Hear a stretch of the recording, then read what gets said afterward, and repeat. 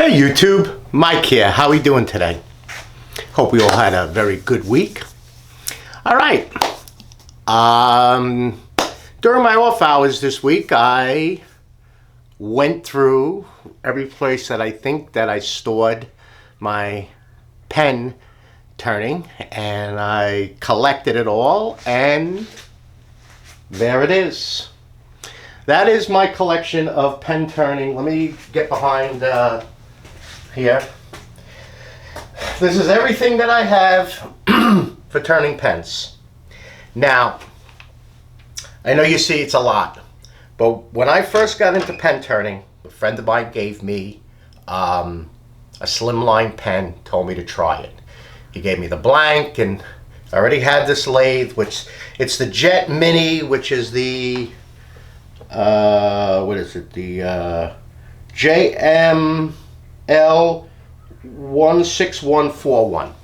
It's their mini lathe that you can actually put an extension on, and I do have the extension, but God only knows where I put that. And it's actually still in the box. I've never used it. Good lathe. It is variable speed, but you do have to change the belt. It is not digital. I really didn't think I was going to need it, and honestly, I never found that I needed one. Just for turning like pens and pencils and stuff like that. Very good lathe, very heavy duty. As long as you maintain it, don't put any undue stress on the motor. It has worked great for me.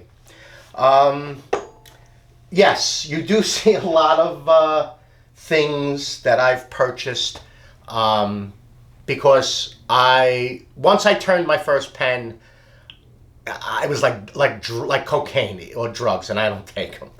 I got hooked, and I was turning maybe a dozen or better a week, and then I was giving them as gifts and so on and so forth. So a lot of things I'm going to show you here is I picked them up off the internet. One guy that I've watched constantly was a gentleman by the name of Captain Eddie Castellan. Probably one of the greatest wood turners you'll ever see. He had some health issues, which I don't know if he's back turning again, but he does a lot of show and tell and advice and stuff like that. But the guy watch his old videos. He's unbelievable. He makes steel. He just very, very, very, very talented turner. So a lot of this stuff, you know, little tricks and stuff like that, like this magnetic thing on top to hold the bushings, all this little stuff I picked up from like watching his videos. Okay, so mini lathe, perfect for pens. I've turned pepper mills, salt pepper shakers, this size. So this is a blank for a salt and pepper shaker, and it fits in here perfectly. Have no problem whatsoever turning this with this lathe. And I've made at least a dozen of them. So, to go through what I have, again, the lathe. I've used this table, the wall table. It's a nice height. I have done it on the MFT3 table, but as you can see, there is a little bit of a height difference. For me, it's better. If you're taller, the MFT table works perfectly. You know, the holes, chips get through, chip's going to get through anywhere. So this is the first set of chisels that I bought. It's a Wood River, a parting gouge, and why can't I think of it? I'm going to have to cheat here a second because I can't think of the name of, oh, here we go. Skew. So, very inexpensive set. I don't even think there's a price on it, but I think this was like $49. So that was the first set of chisels that I bought, and I still use them. Then I started going through with, I found Robert Sorby. It's English SS steel, brass ferrules, a good, not expensive, like this one was $49.95, half-inch round nose scraper.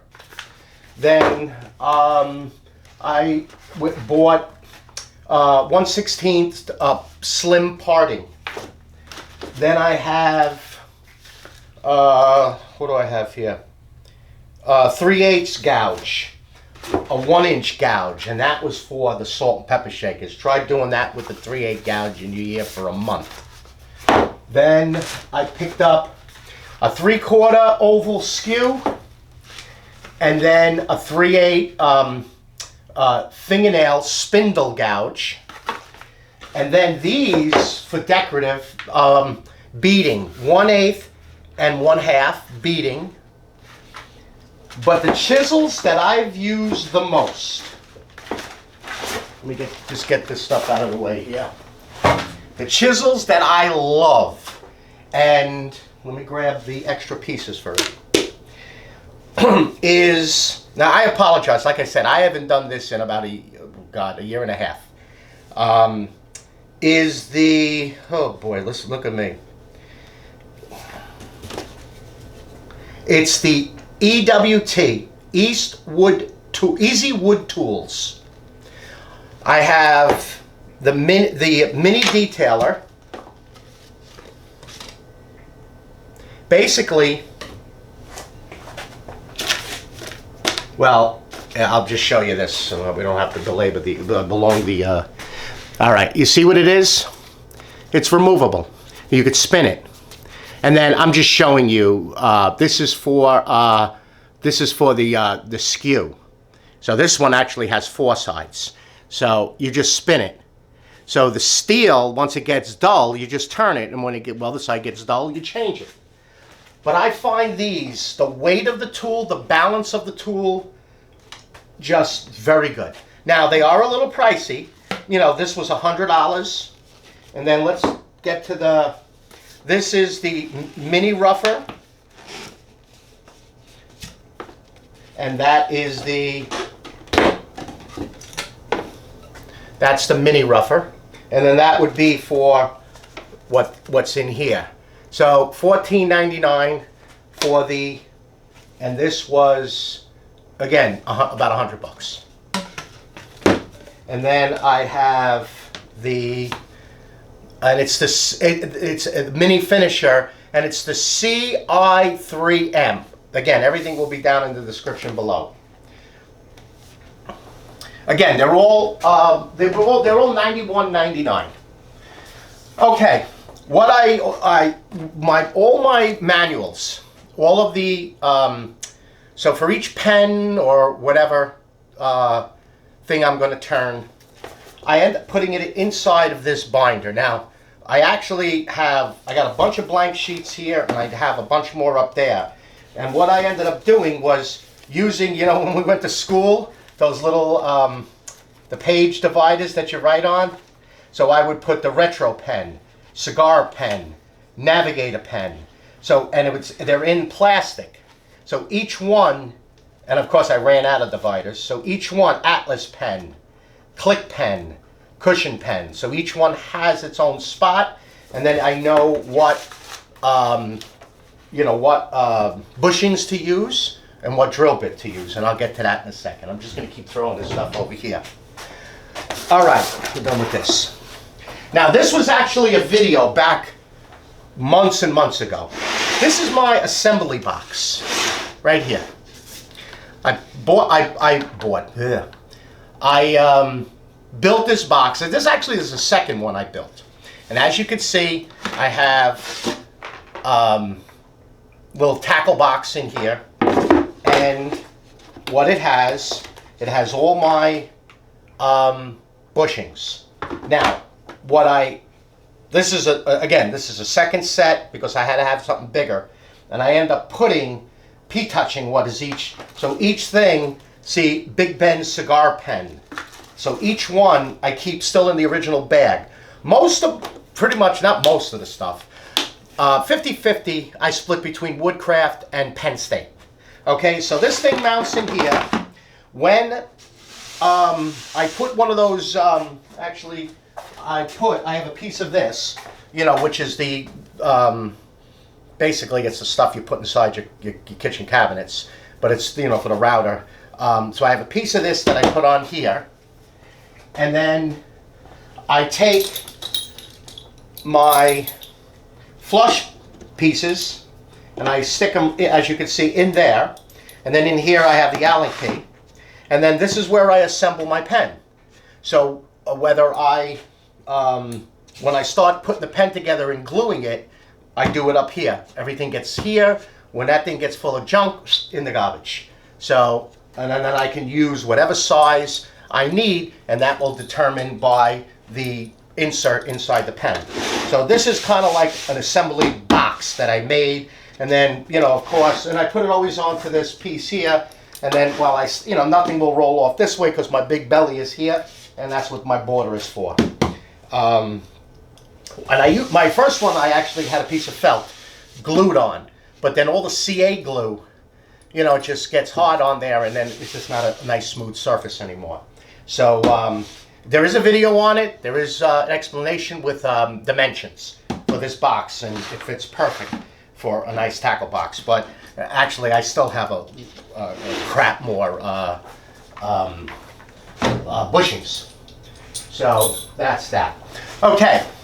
All extra bushing pieces, ferrules, I keep in a little, I forget what this was. I think there was dogs in here, but it fit perfectly, and that sits in my toolbox. Now, finishing. I keep the micro mesh pads, and I keep this water tub. And that's for my acrylic finish, or if I do a CA glue finish. And it gives me all my, from the 1500 to 12,000, all the colors. I fill this with the water. I leave it soak in there. I put some towels down over this, and then I do my finishing. Then inside of this mini sustainer here, which is in my tower, I keep all of my finishing. Yeah, I'll go a little closer. But I keep all of my finishing stuff in here. But I keep a couple of other extra things. I keep a pair of pliers, actually, to take off the nut.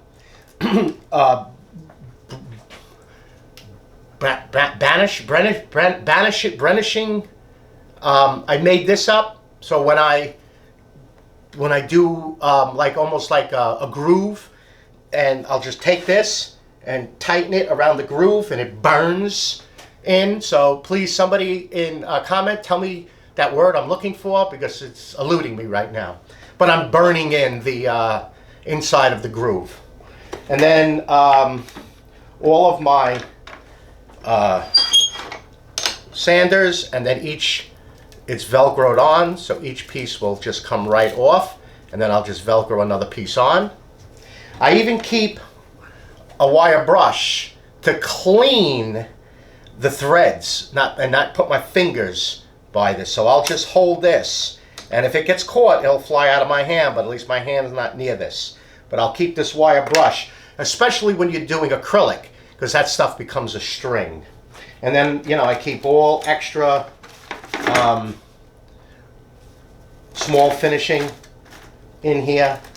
I even keep another spindle. That's just my other finishing. Oh, I forgot to take stuff out. And that's in my sanding cart over there. That is all my small sandpaper. Okay, my mandrels. They're all type 2 for this.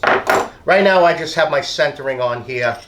The removal tool takes out this piece. Now I have two basic ones that have the screw holder. So basically it goes in there. That piece, there's an indent that will take that, lock that in. I have my bushings on. I tighten this down, and then I do my shtick. But I found this one, looking for it. And I keep two of them. This one actually is my oldest, but I still keep it. It is fairly straight. But I keep this, what they call, it's a PSI woodworking. It's a mandrel saver. And basically, what this will do is you take out this piece, you put this into your mortise, you take it into the head, you put this in, and then this slides over. So just say you put your bushing on, and then you can, you know, of course your blank is in there. So you see how you get what I'm doing? So of course your blank is in there, so it's not that close. So that will, and then once you get it in there, you tighten this down, it'll push up against, everything will tighten into the mortise, and you just go about your business. It works great. I got it online. I'm not sure. I'm going to look up the price and see what it was, but I think it was around $75 for it. But it works really good. Haven't used it as much as these. Probably use this about a dozen times, but every time I use it, it works really good. It's very fast. So, all right. And the great thing about these, no matter what table, they drop in there perfectly, so you don't lose them. You just got to watch. You don't put your hand on them. But your mortise won't. It'll fall right through. So, that's that. Now, what am I going to get? What do I get at? Well, I'll show you these later. This is actually some of my pens that I found. My drill bits. The drill bits are in my my stand. Let me put these over here so they're out of the way. But I'll show you, I really don't use the drill press and the drilling jig. But this is all my drill bits. This is everything from millimeters to standard. This is actually from Penn State. It's the bottle stop chuck. So basically, it threads on. This is the drill bit. You will drill through the blank. You'll actually throw the blank into here, and then you would move your center, do your initial, and then finish it up. So this is for bottle stops. And I've done a bit of them. The pens I have more fun with. So I have every type of, even Forstner bits. So I don't use my Forstner bit sets. I basically buy what I need, and even right down to for salt and pepper shakers.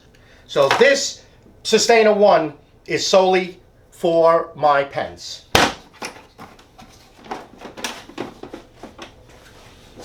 Okay, my other Sustainer.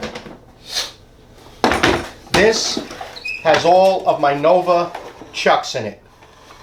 Can you see it? Well, I'm gonna get at it in a second. So basically, I have over here, I have all of my inner chuck that I actually keep in one of my sortainers, and then I have the screws that actually will then adapt to the plate that is here, which guess what? That's something I did not find. So I have another chuck for, this is an actual chuck for salt and pepper. I have a tap for tapping for bottle stoppers, drill bit, a tap, and wrench.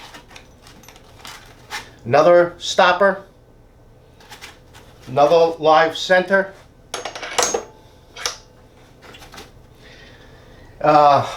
Plate, if I ever decided I wanted to do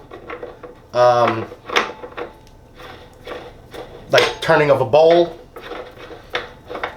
I just keep it in here. Another but this is something that I use a lot, and this is how I drill my blanks. I use my Nova chuck, and this is actually, it's not a Nova chuck. This is an ME chuck for the drill bit. So what I do is I have my pen blank, and I take my pen vise, blank vise. I clamp it to my MFT table, and then I take and put this into my, now I'm going to find my center. I have Graz center finder with, I'm not sure, it's Swiss made knife. So I'll find my center right on here, and it holds it perfect. You can put a nice, now I found my center, and I keep this all together inside of this case. And then I'll take my drill bit and I'll put it into the chuck.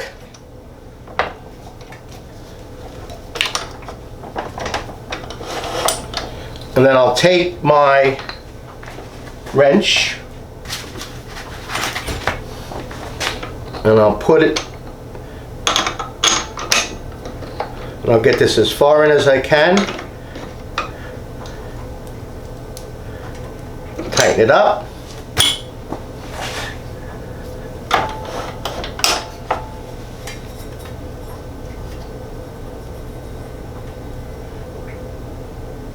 I don't think this piece of wood is perfectly square. Unless I'm in this, hold on. I don't think I'm in this thing correctly.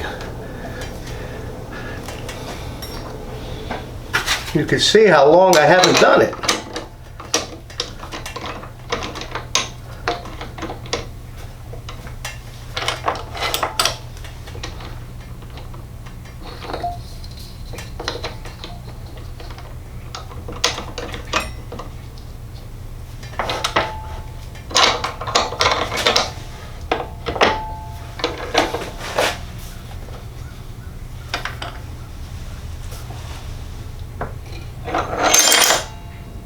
No, this ain't a real blank because it's not perfectly square.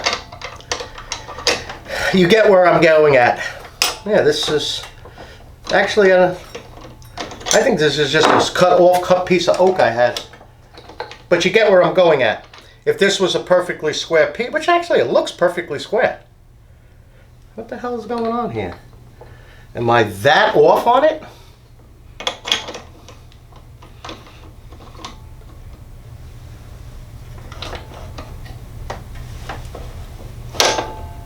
Yeah, no, this ain't square at all.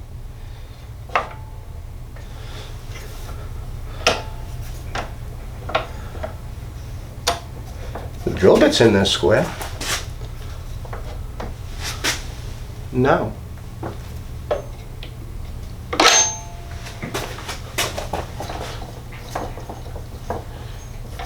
Yeah, no, that's not square at all. It's got to be the piece of wood because it's tracking true. Do I have another piece here? I'd like to show you what I have, but no, see, these pieces aren't square. These are offcuts, I guess. Oh well, I apologize, but you get where I'm going at, how I do it. Yeah, if it was square, it would work perfectly. So, also, what I did was wrong. You should not put the drill bit in until you put this in, because as you can see, as you're working, you're going to end up piercing yourself with the drill bit. So you get this thing, and with the chuck, it should sit in the four corners perfectly, which it is, but I don't think, like I said, this piece of wood is square. I just grabbed it, and it appears to be a piece of oak. It must be an offcut, and then I just threw it up, because all up there is all my, you know, like BS pen blanks, and I just grabbed one. So again, I apologize I thought I had everything set up. But I find this to be the best way. It does it nice, true, and you don't have to worry about, you know, clamping this down, because that's another reason I have the screw clamps over there. So I used to hold it with the screw clamps. You don't have to worry about getting that perfectly center, because this thing will make it perfect center. Oh, also what I found is when you're putting this on, your chuck, screw it in this way. Don't try to screw it in because, well, for one, it's very hard because it's a very large machine thread. But, you know, if you miss it right down on your finger, I've done it. So that's why I'm saying doing it that way. Also, what I find to remove here from the is back it off, and as you can see, it actually pushes out whatever is in here in this tail. It pushes it out because, you know, once you push them together, it, you know, it forces the taper in. What I do to clean these out is I actually use the Milwaukee Dremel style tool with a wire brush, and I just go in and out. You don't want to put any lubricant or anything in here, but that's what I would do, in and out, and just clean these out. You know, Florida, damp, a lot of moisture. Okay, but this this was a Woodcraft blank vise. Okay, so that's that. And again, you know, these are, you know, these will fit onto here. I have the screws, and then that will give me, this is something that this was actually something that you actually will, it expands and opens up to go inside, to hold something inside if you want to do the outside of it. Okay, my Milescraft pen press. I liked it to mount onto a piece of wood because of, here, let's get this, because what I will have is I will have this here like that, and I will, let's see, I did it this way, just to hold it down.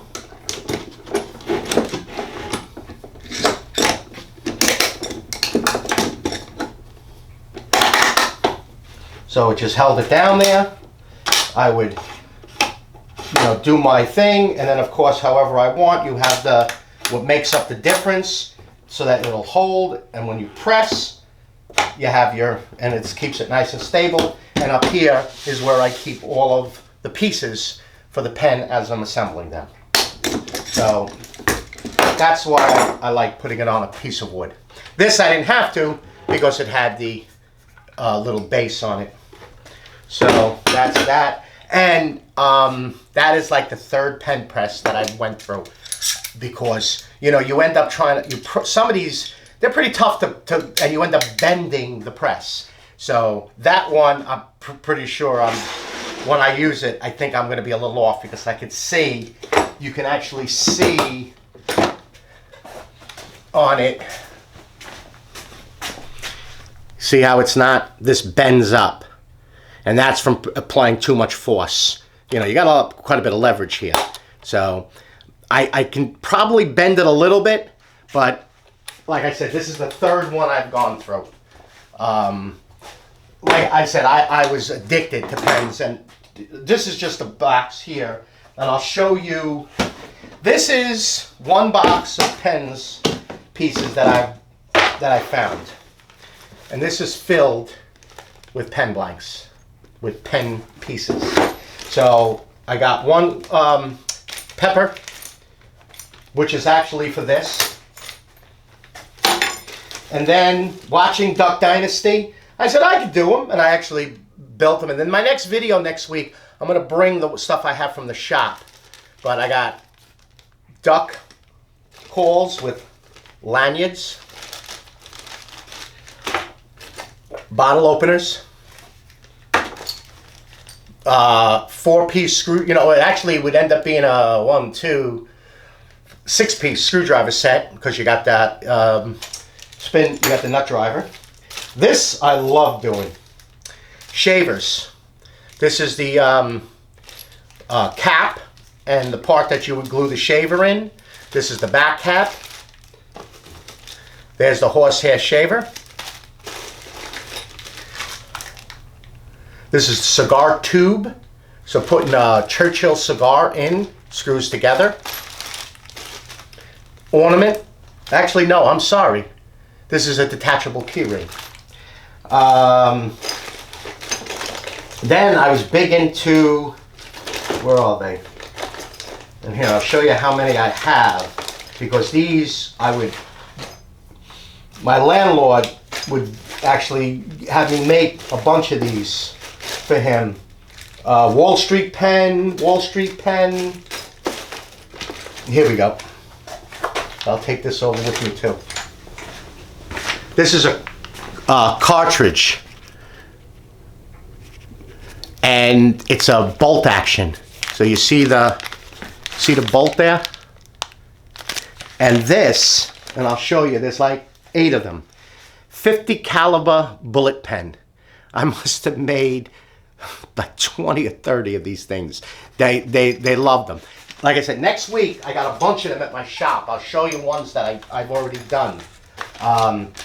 This is actually an acrylic blank for and I have the rest of it that is actually for the shaver and the stand. Like I said, there is, here, that's all of it. And these are all 50 caliber. These are all 50 caliber pens. I sell them like I used to sell them. My gun club, every year when we had the quick draw shoot off, I set a stand up and I would sell 50 pens. I even got a shotgun shell in here somewhere. Here we go. It's a shotgun shell. So that's, and I know I have a second box somewhere. And then here, I'll just show you quick. I'll come this way. It really bothers me that I had that freaking piece of wood. But this is some of the pens that I've done. This is an automotive, this is like it's a spring. Like not a leaf spring, a shock absorber pen. And different acrylics that I've turned, pens that I've made on angles out of different blocks of wood. This one here, what I ended up doing when I smoked a cigar, and I would take the wrapper off, so I'd save. And again, that's another thing that I have, like a box somewhere. And I would save the wrapper, and then I would Mod Podge, which my wife uses in her craft, the sticker on the pen. And then I would take the CA glue, and if you're familiar with turning, you take the wood, and then you actually you would put the blank back in. You put the actual blank in before you put the pen in, and you would put CA glue on the top, and then use a rag, and you would turn it by hand and actually wipe it in, and then do another. You would end up doing it like 30 times, and then you would sand it like you were sanding acrylic, because you're actually doing it. I don't know if you can see it, that there's almost like it's acrylic over it, and then it makes the pen. And if I knew what the person liked, and these are all you can get at Staples, Office Depot, whatever. If I knew what cigar the person liked, I would end up smoking that cigar, taking the wrapper, putting it on, and then give it. I gave it a lot out as gifts. Big jobs that I did, the contractors. And then in here is some of my other. I made, okay, anybody's a football fan, Purple and Gold, if you can tell me who that is, because I'm not a football fan. But that I know was, I would make, like, I know, what was that, burgundy and white was the Georgia Bulldogs. I know a lot of guys were fans, so I would end up, and they make the blanks with that color, specifically for the college football. But these were fan chain pulls. Whistle, keychain, keychain. Here's the whistle. This is actually a carpenter's pen. So you can take out the lead, which I don't know, it's been in there so long. But that was a carpenter's pen. What else do I got here? Oh, here. I did that out of a corn cob. That it was infused. It was already made, but it was a corn cob. I got deer antler, elk antler. This was really cool. I love these blanks, like lava. But I always found acrylic to be tricky. These are some of the cigar pens I made. This is actually a fountain pen, and it actually, you don't dip it. You just shove a cartridge in there. So you got yourself a fountain pen. And it doesn't, and they actually do make it where you can fill it. They give you both in the kit. What else do I got? These were Navigator, and again, I apologize, I don't remember the names of these pens, but I think this was, and this is how long I haven't removed these, and they definitely don't write, I could tell you that. Another fountain pen, screws into the back.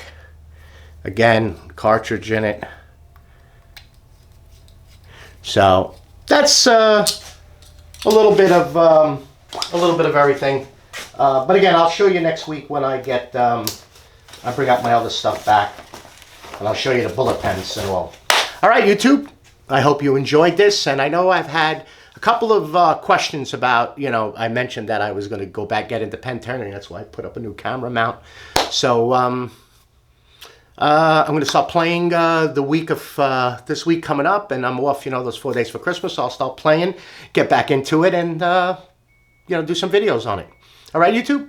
I'd like to thank everybody for all of the likes and all the subscribes and all the comments, and be safe out there. And I'll see you on one more video before Christmas. All right. You all have a good and happy and safe week, and I'll see you on the next video. Bye-bye.